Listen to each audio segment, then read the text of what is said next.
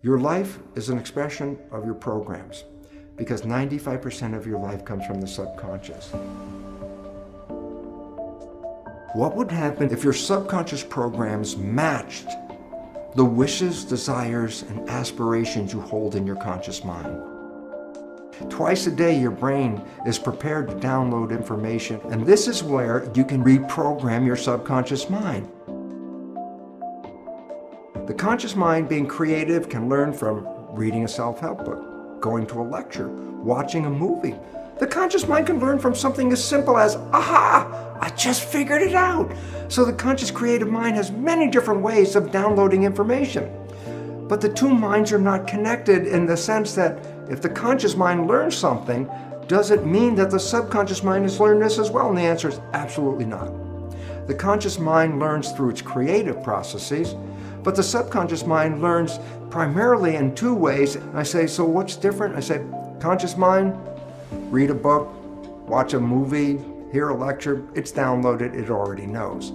Subconscious mind doesn't learn that way. The subconscious mind is a habit mind. Well, there's two ways to get programs into that subconscious mind. Number one was the way we downloaded information into the subconscious mind in the first 6 or 7 years of life, and that is this. The subconscious mind is operating at a vibrational frequency of theta, which is hypnosis. So it says, oh, yes, you can download information straight into the subconscious if your mind is in a state of hypnosis. So that's one way of acquiring a program. I said, well, the first 6 or 7 years, that brain of a child is predominantly operating in theta hypnosis, but now you're older, now what do? I go, well, here's an interesting fact. Twice a day, your brain goes through a period of theta vibrational activity. Twice a day, your brain is prepared to download information through hypnosis. I say, well, when does that occur? Well, remember, there are vibrational frequencies that ramp up. When you're sleeping, you're at the lowest vibrational frequency called delta. As you start to wake up, but you're not fully awake, that's twilight reverie. That's where you're just waking up and everything. You're still in a dream world. You're in the real world. You're mixing the two. That's a period called theta. So you go from dead sleep, delta. As you begin to wake, the vibrations start to go up and you're in theta. So there's a period of theta where hypnosis can occur. But as you get more awake, theta gets to a higher vibration. Alpha, that's calm consciousness. You're just waking up. You're doing your routine chores of getting ready to leave the house. And by the time you're getting ready to go to work or at work, your brain ramps from alpha, calm conscious, to beta, which is the active consciousness that we usually engage in the busy world in which we live. Well, then you come back home. Well, you've been operating in beta at work, and guess what? You come home, you start to calm down, your brain slips into the lower vibrational frequency, alpha, calm consciousness, and as you start to get ready to go to bed, guess what? From alpha, it drops down to theta as you start to fall off to go to sleep. And when you finally are in sleep, you go from theta to delta. So that means as you're going to sleep, as you're going from the alert state to the sleep state, you also pass through theta. So twice a day, your brain is engaged in theta. On the way in waking up, going from delta to higher vibrations, you pass through theta.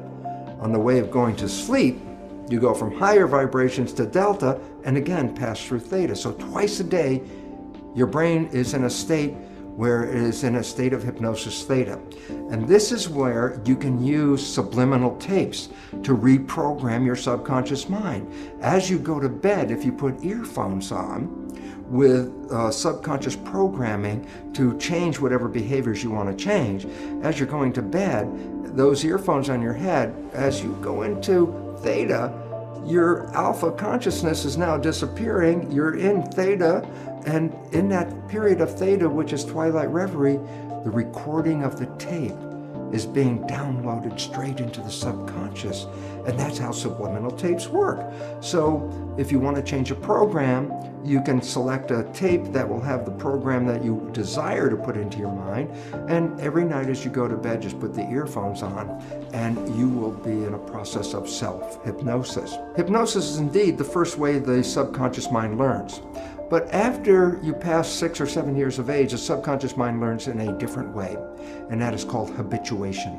Meaning, if you repeat something and repeat it and repeat it, the subconscious mind will download it and make it a habit. So, for example, you wanted to learn the ABCs. How did you learn the ABCs? You started A, B, C, D, E, and then you couldn't remember, and then you started A, B, C, D, E, F, G, and you repeat it, and finally you get to Z. And guess what? After repeating the alphabet hundreds of times, there's a point where now it's part of the subconscious. So guess what? It's now downloaded in your mind. If I ask you to give me the sequence of the alphabet, you can simply rattle off unconsciously A through Z without even thinking about it. Why? You created a habit that downloaded the alphabet. So, after you're 6 or 7, and you want to change programming your life, a way of doing it is the conventional way, is creating a habit, repeating something on almost a religious level. Let me just make it clear. A sticky note on the refrigerator is not a habit. A sticky note on the refrigerator is more or less a wish. Every time you look at it, I wish that would be true, but that's not a habit. A habit means you have to do something and repeat it and repeat it and repeat it. That's the way you learn everything after you're 7, and that's how you learn how to drive a car, for example, or the work that you do, or whatever activities you get involved with. When you repeat them, they become habits in the subconscious mind. But now comes a very important issue. What are the programs you have to change in your subconscious mind? Especially important is the fact that most of these programs were introduced into you even during the last stage of pregnancy, the last trimester, in the first 6 or 7 years of your life. So I say to you, well, tell me about the programs that you learned when you were 1 year old. Tell me about the programs you learned when you were 2 years old. And you go, I don't know, I wasn't consciously aware of those things. I go, yeah, because consciousness started more around 6 or so. So I say, well, how do you know then the programs that you have? Here's the fun part of the whole thing. Science has revealed that we operate our lives 5% of the time from the conscious mind, and 95% of the time our behaviors are controlled by the programs in the subconscious mind. What does it mean? It's simple. Your life is essentially a printout of your subconscious programs. That's what you're operating 95% of the time. So you want to know what the programs are? It's very simple. Look at your life. The things that work for you and that come to you and the things that you want come to you because you have programs in the subconscious that encourage their being there. But anything you struggle with, anything you have to work hard at, anything you put an effort into, you're doing that because you're trying to overcome a program of limitation that is preventing you from going there. So all you have to do is look at your life and say, hey, what works for me works because I already have programs to support that. What I'm struggling with in life, I'm having a problem with because I have subconscious programs that do not encourage that behavior. So right away, you automatically know what behaviors do you want to change. They're the ones that you have difficulty with. Okay, how do you change them? Well, you can use self-hypnosis, the subliminal tapes. You could change them by creating new behavioral habits that you repeat every day religiously, changing the old behavior and rewriting it live every time, saying, no, don't do it that way. No, don't do it that way. Talking to yourself and saying, that's not what I want. This is what I want. And you constantly repeat this to yourself. Guess what? Habit will inevitably change that program and put it into the new program. So now we're down to a very fundamental understanding of life. And that fundamental understanding of life is this. Your life is an expression of your programs, because 95% of your life comes from the subconscious. That if you want to change your life, you could do either of two things: stay in the conscious mind, be mindful, or 2, rewrite the programs in your subconscious mind. Think about this. How many of us talk to ourselves and say, oh, come on, Bruce, don't do that. That's such a stupid thing. And I'm talking to myself to try to change a behavior. And it's very frustrating because the more I talk at myself, the less the behavior is changing.